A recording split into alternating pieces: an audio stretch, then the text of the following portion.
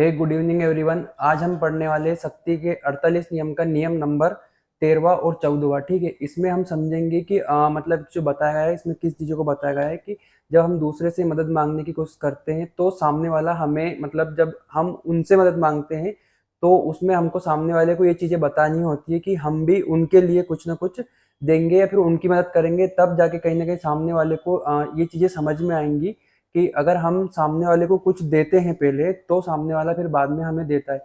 पहले हमको उनको बताना होगा कि इसमें आपका भी स्वार्थ छिपा है, जो आप चीज़ें देखना चाहते हो या फिर अपन किसी से कुछ लेना चाहते हैं तो उससे पहले अपने को उनको स्वार्थ बताना होगा कि सामने वाला इन चीज़ों को समझे कि अपन उनको क्या देंगे। तब जाके सामने वाला कोशिश करेगा कि फिर अपन वो अपना काम करे, क्योंकि के बिना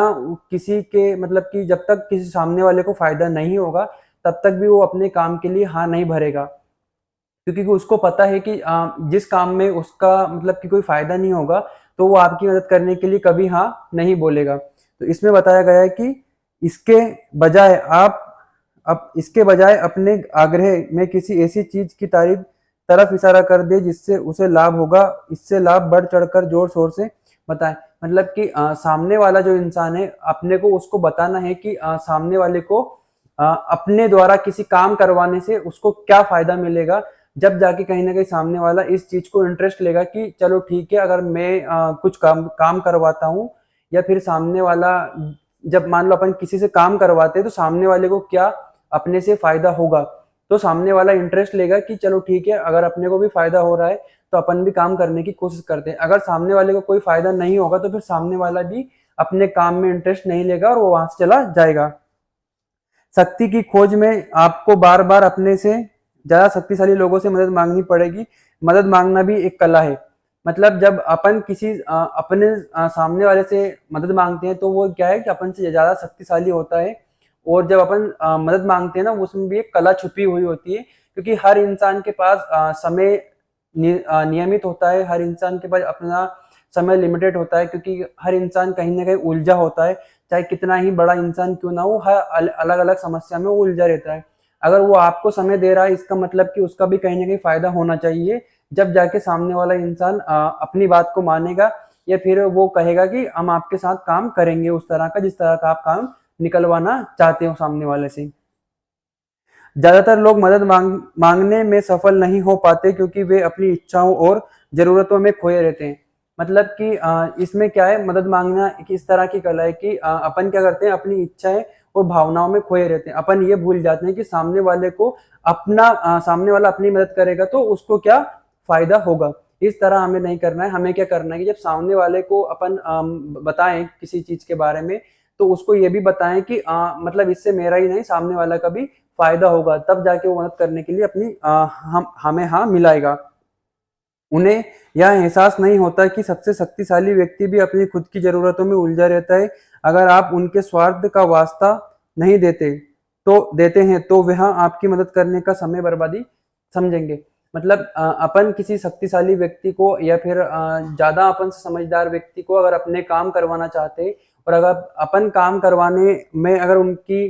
मतलब कि अगर बात नहीं बोलते उनको, अगर उनका मतलब कि अपने को कुछ भी करके उनको ऐसा समझाना है कि इसमें आपका भी फायदा है, तब जाके सामने वाला कहीं ना कहीं ये समझेगा कि अगर मेरा भी फायदा है तो मैं आपका काम करूंगा। अगर उसको ऐसा नहीं लगेगा, वो आपकी मदद करेगा तो उसको ऐसा लगेगा कहीं ना कहीं इसमें समय की बर्बादी होगी। क्योंकि इसके लिए थोड़ा बहुत कहीं ना कहीं आपको भी मतलब कि अपने अंदर वो क्वालिटी बिल्ड करनी होगी कि जो लगेगी आपको कि मतलब कि अगर कोई भी अगर ये बोल दे कि अगर आप किसी से बोल दे कि मेरा ये काम कर दीजिए तो आप भी उसको कुछ देने के लिए कैपेबल रहें, इतना तो आप में क्वालिटी होना चाहिए। ठीक है, अगर आप इस कला में पारंगत हो जाते हैं तो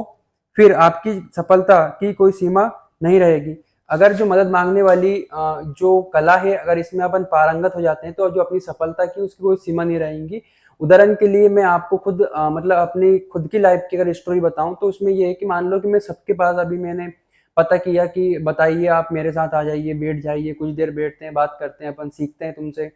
तो बहुत सारे लोगों ने मना कर दिया, उन्होंने स्पष्ट रूप से मना कर दिया कि हम टाइम नहीं देंगे, क्योंकि उन्हें पता है कि जब स्टार्टिंग फेज होता है कि चलो ठीक है भाई इसके पास अभी क्या ही है, तो मतलब कि जो वो हमारे पास आएंगे। अभी तो मैं सच बताऊं तो इसमें वीडियो में व्यूज भी तक नहीं आते, एक व्यूज तक नहीं आता, कोई देखने तक नहीं आता। तो ये वाली चीजें होती है कि लगातार कंसिस्टेंसी मेहनत करने से जब आप एक दिन आप भी थोड़ा कुछ अचीव कर लोगे, जिसके बाद में जब सामने वाले से अगर आप चाहोगे कि आपका सामने वाला कोई काम कर दे, तो आप उसके काम के बदले में उसको आप भी लोगे उससे, और आप दोगे भी सही ना, तो सामने वाला उसको ऐसा नहीं लगेगा कि वो आप में समय बर्बाद कर रहा है।